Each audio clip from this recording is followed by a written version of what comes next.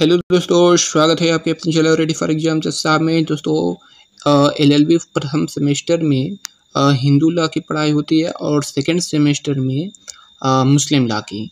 तो लेकिन दोनों ये हिंदू लॉ और मुस्लिम लॉ ये दोनों जो है वो फैमिली लॉ में ही आता है। तो आप लोग प्रथम सेमेस्टर में हैं तो हिंदू लॉ पढ़ेंगे और सेकेंड सेमेस्टर में जाएंगे तो आप लोग मुस्लिम लॉ पढ़ेंगे। ये तो दोस्तों क्लियर हो गया। लेकिन आपके सामने ये दोस्तों एक समझिए कन्फ्यूजन है, सस्पेंस में है कि आप लोग की परीक्षा कब होगी। तो आप लोग की परीक्षा दिसंबर या जनवरी में जा सकती है, क्योंकि जो है मिड टर्म उसका भी होता है, एग्ज़ाम होता है। तो दोस्तों हम लोग अगर ठीक से तैयारी करना है तो हम लोग डायरेक्ट क्वेश्चन को ही सॉल्व करें तो उचित होगा। इससे आप लोग के लिए थियरी और क्वेश्चन भी दोनों एक साथ तैयार होती जाएगी। दोस्तों सबसे पहला क्वेश्चन है कि हिंदू विधि की उत्पत्ति उस पर एक संक्षिप्त टिप्पणी लिखिए। Right A short note on the origin of Hindu law.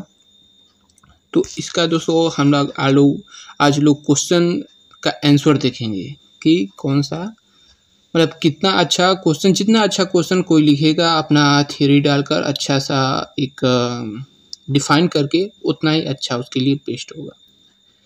तो सबसे पहले देख लेते हैं कि हिंदू विधि की उत्पत्ति एवं संक्षिप्त टिप्पणी में क्या लिखेंगे आप लोग। तो उत्तर है दोस्तों, आंसर है कि हिंदू विधि की उत्पत्ति, दोस्तों ये इंग्लिश मीडियम नहीं हिंदी मीडियम है। तो अगर आप लोग का इंग्लिश मीडियम कल आएगा दोस्तों, तो चैनल को सब्सक्राइब लाइक करना ना भूलें। इंग्लिश मीडियम वाले भी और हिंदी मीडियम वाले भी दोनों आप लोग पढ़ सकते हैं इस चैनल से।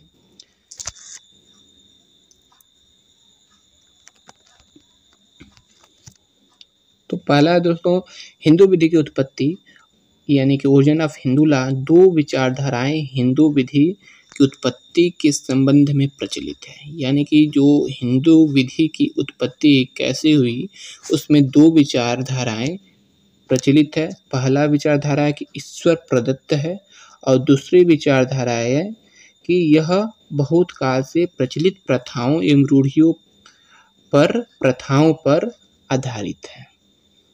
ओके दोस्तों, यानी कि पहला विचारधारा है कि ये ईश्वर द्वारा प्रदत्त है, ईश्वर द्वारा दिया गया है हिंदू लॉ।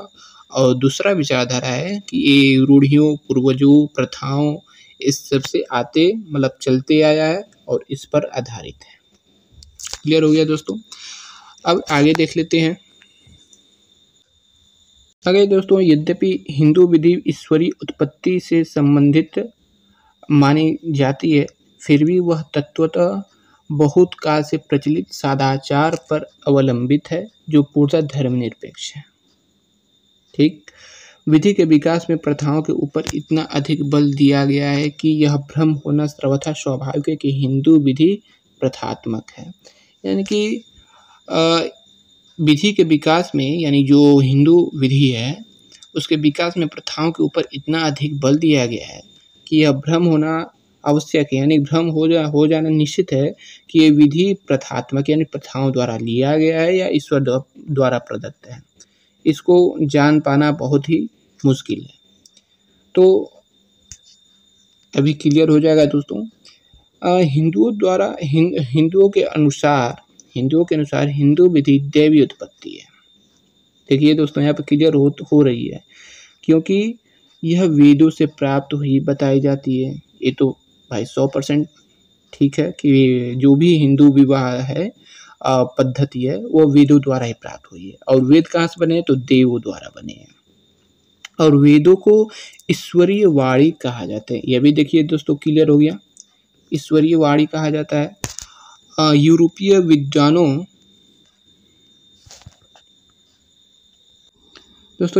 विद्वानों के अनुसार हिंदू विधि ईश्वर द्वारा प्रदत्त नहीं बल्कि बहुप्रचलित प्रथाओं एवं लोक रीतियों द्वारा आधारित है, जो ब्राह्मणवाद के पूर्व भी विद्यमान थी। यानी कि ब्राह्मण जब नहीं आए थे तभी जो प्रथाएं हैं और लोकोक्तियां हैं वो थी पहले भी। लेकिन दोस्तों जब ब्राह्मण उसी को कहा जाता है जो वेदों द्वारा, पुराणों द्वारा, उपन्यासों द्वारा जो भी विवाह कराए उसी को ब्राह्मण कहा जाता है। तो दोस्तों जो यूरोपीय विद्वान है ये तो इनके हिसाब से ये है कि ईश्वर द्वारा प्रदत्त नहीं, ये पहले से ही चली आ रही प्रथाओं एवं लोक रीतियों द्वारा आधारित है। लेकिन दोस्तों ये गलत हो सकता है, क्योंकि अगर ईश्वर द्वारा प्रदत्त नहीं है तो ये प्रथाएं और लोक रीतियाँ कहाँ से आईं, इसका संभव हो पाना मतलब पता लगाना पाना बहुत ही मुश्किल है। आगे देखते हैं, जब आर्य लोग भारत में आए तो उन्होंने देखा कि यहाँ बहुत सी प्रथाएं एवं रूढ़ियाँ प्रचलित थी जो उनकी प्रथाओं से या तो पूर्ण रूप से मेल खाती थी अथवा उनसे पूर्णतः भिन्न भी नहीं थी, यानी कि अधिकांशतः मेल खाती थी और कुछ कुछ बस थोड़ा सा मेल नहीं खाती थी। कौन आए थे लोग? तो आर्य लोग भारत में आए थे जब तब उसके बाद से कहा गया है कि उन्होंने उन प्रथाओं द्वारा रूढ़ियों को आवश्यकता अनुसार परिवर्तित अथवा संशोधित करके ग्रहण कर लिया। यानी जो आर्य लोग आए थे भारत में, तो भारत में जो पहले रूढ़ियाँ तथा प्रथाएं थी उसमें कुछ संशोधन करके आर्य लोग भी क्या किए? ग्रहण कर लिए, स्वीकार कर लिए उन प्रथाओं को। फिर से आगे दिया है, उन प्रथाओं एवं रूढ़ियों को पूर्णतः त्याग दिया जिनको वे अनुरूप नहीं कर सकते थे। यानी कि वे उनमें से भी कुछ ऐसी प्रथाएं थी, नियम कानून थे जो आर्य अपने को स्वीकार नहीं कर सकते थे, तो वह पूर्णतः त्याग कर दिया, उन्हें हटा दिया। और बाद में ब्राह्मणवाद ने उन प्रचलित प्रथाओं में धर्म की आड़ में कुछ परिवर्तन किया। पहला उनके धर्मनिरपेक्ष स्वरूप में धर्म का बीजारोपण करके, दूसरा पवित्र उद्देश्यों को उचित नियंत्रण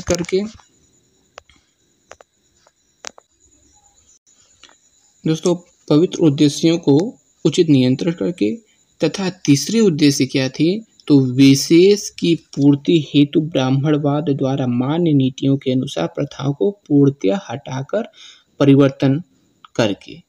दोस्तों ये रही कुछ कि हिंदू विधि पर टिप्पणी लिखी और हिंदू विधि की उत्पत्ति कैसे हुआ। तो यह कुल क्लियर मिला के ये पता चलता है कि दोस्तों कि दो विचारधाराएं अभी भी हैं कि पहला है कि ईश्वर द्वारा, गॉड द्वारा प्रदत्त है, गॉड गिफ्टेड, और दूसरा विचारधारा है कि ये सनातन यानी कि पूर्वजों द्वारा और प्रथाओं द्वारा, रूढ़ियों द्वारा ये उसे अपनाया गया। तो दोस्तों इसमें अभी भी पहले जब नहीं लगा पाए ये सबका पता, तो अभी भी नहीं लग सकता, और इसी को आगे चलकर भी इसी तरह से पढ़ना होगा कि दो ही विचारधाराएं होंगी, एक ईश्वर द्वारा प्रदत्त और एक रूढ़ियों और प्रथाओं द्वारा।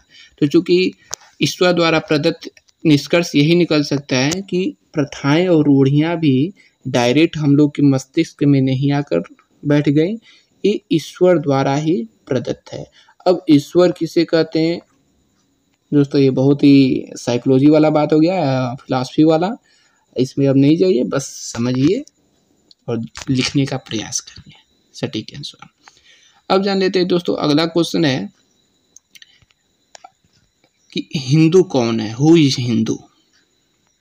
दोस्तों ये बहुत ही इम्पॉर्टेंट क्वेश्चन है, हु इज हिंदू, क्योंकि अक्सर बहुत बार पूछा जाता है परीक्षा में। तो पहले जान लेते हैं हिंदू कौन है। तो हिंदू की परिभाषा देना कठिन है, लेकिन वास्तव में हिंदू की कोई परिभाषा अपने आप में पूर्ण नहीं है। यज्ञ पुरुष दास जी बनाम मूल दास AIR 1966 को निर्णय में उच्चतम न्यायालय ने हिंदू कौन है इस प्रश्न पर विचार किया। यानी कि जो यज्ञ पुरुष दास जी बनाम मूल दास है, उनका जो केस था उसमें उच्चतम न्यायालय ने हिंदू कौन है इस पर विचार किया और कहा कि ऐतिहासिक रूप में हिंदू शब्द जो है किसी विशेष का संकेत नहीं करता, वरन बल्कि मूलतः एक भौगोलिक सीमा के अंतर्गत रहने वाले व्यक्तियों को इंगित करता है। यानी कि एक भौगोलिक सीमा अंतर, यानी कि जो एक होता है दोस्तों सिंधु नदी, दोस्तों भौगोलिक सीमा यानी कि एक होता है सिंधु नदी। हम लोग भूगोल में भी पढ़े हैं, ज्योग्राफी में भी, कि पहले सिंधु जो नदी थी उसके आसपास जो भी बसे थे लोग, जो भी नागरिकता बसी थी, उन्हें सिंधु से ही क्या कहा गया है कि दोस्तों हिंदू कह दिया गया है, हिंदू। तो इसमें लिखा है स्पष्ट रूप में कि एक भौगोलिक सीमा के अंतर्गत रहने वाले व्यक्ति को इंगित करता है, यानी कि एक जो सिंधु नदी के भौगोलिक सीमा है उसमें जो भी रहता है व्यक्ति वह हिंदू है। इस परिभाषा के अनुसार निम्न व्यक्ति हिंदू हैं, यानी कि जो नीचे दिए गए हैं वह व्यक्ति हिंदू है क्योंकि उन्हीं पर हिंदू विधि लागू होती है। अब वो क्या है दोस्तों? तो पहला है वे व्यक्ति जो धर्मतः हिंदू है, जैन या बौद्ध या सिख है। एक क्लियर हो गया दोस्तों, यानी कि जो जैन या बौद्ध या सिख है वे मतलब धर्मतः हिंदू हैं। क्लियर। दूसरा पॉइंट है वे व्यक्ति हिंदू हैं जो बौद्ध या सिख माता पिता के संतान हैं, यानी कि जो जैन बौद्ध, वही बात हुआ कि जैन हुआ, बौद्ध हुआ, सिख हुआ, जिनके माता पिता रहेंगे वह उनका पुत्र हिंदू वही होगा, तो जब वो हिंदू रहेंगे तो उनका पुत्र भी हिंदू रहेगा। क्लियर।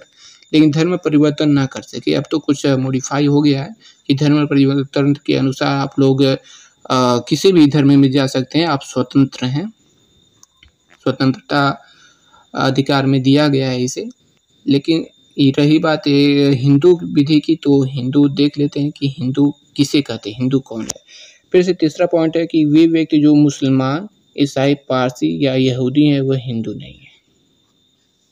अब दोस्तों इसमें हम क्या कहें, लेकिन अगर भौगोलिक सीमा है अंतर्गत रहने वाले व्यक्ति इंगित करता है तो यह भी तो रहते हैं मुसलमान, ईसाई, पारसी, यहूदी, यह भी तो हिंदू ही होंगे ना, क्योंकि यह भी तो सिंधु नदी के किनारे बसते हैं। हिंदू कोई जात नहीं है दोस्तों, हिंदू एक समझ लीजिए एक सच में एक विशेष पर्यावरण या समझ लीजिए विशेष भौगोलिक सीमा में जो रहता है उसे हिंदू कहते हैं।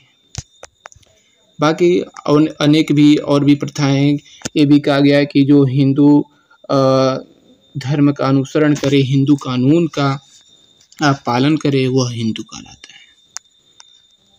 तो दोस्तों आंसर लिखने के लिए आप समझ जाइए, बाकी इस पर निष्कर्ष पाना बहुत ही मुश्किल है। आप लोग एकांत में बैठकर सोचते रहिएगा, कोई बात नहीं है।